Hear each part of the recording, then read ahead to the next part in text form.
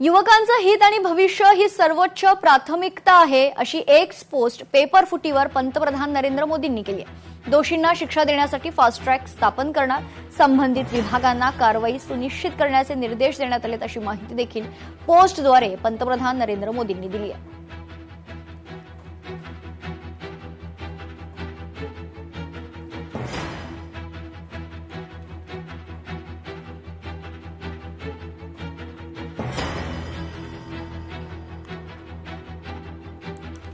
पंतप्रधान नरेंद्र मोदी यांनी Xavier post करत पेपर फुटीवर आपली प्रतिक्रिया दिलेली आहे। युवकांचं हित आणि भविष्य ही सर्वोच्च प्राथमिकता आहे, अशी पोस्ट मोदींनी केली आहे। तर दोषींना शिक्षा देण्यासाठी फास्ट ट्रॅक स्थापन करणार, संबंधित विभागांना कारवाई सुनिश्चित करण्याचे निर्देश दिलेत, असं देखील मोदी म्हणाले।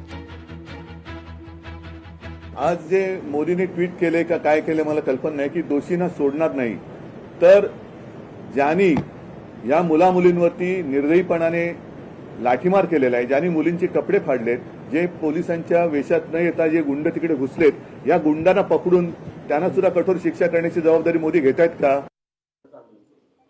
नाही बघा, हे पूर्वी का नाही केलं आणि काय होतं, एवढा पाठीमागे त्या धर्मेंद्र प्रसादच्या काय उभे राहते?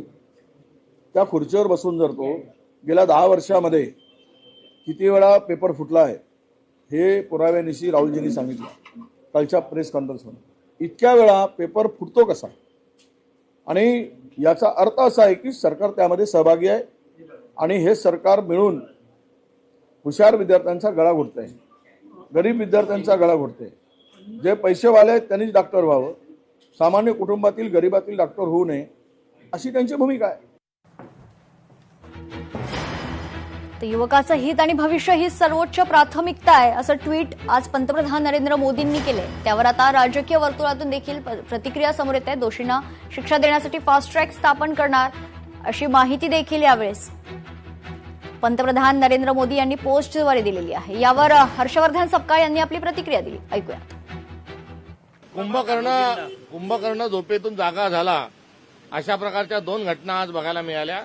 एक तर 30 दिवसानंतर नरेंद्र मोदींनी अत्यंत खोटारड का असेना मात्र काहीतरी विधान केलं, आणि दुसरीकडे गाढ झोपी गेलेले अण्णा हजारे आज या आंदोलनाला बसतात आहे। यांना आता पुन्हा झोपेत जाऊ नका, झोपेचं सोंग घेऊ नका, ही आमची त्यांच्याकडून असणारी अपेक्षा आहे।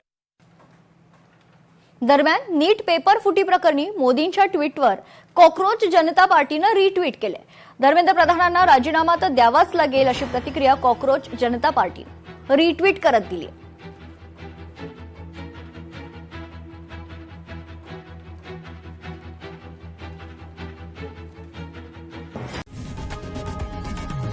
लोकशाही मराठी ऐका, पहा, जागरूक रहा।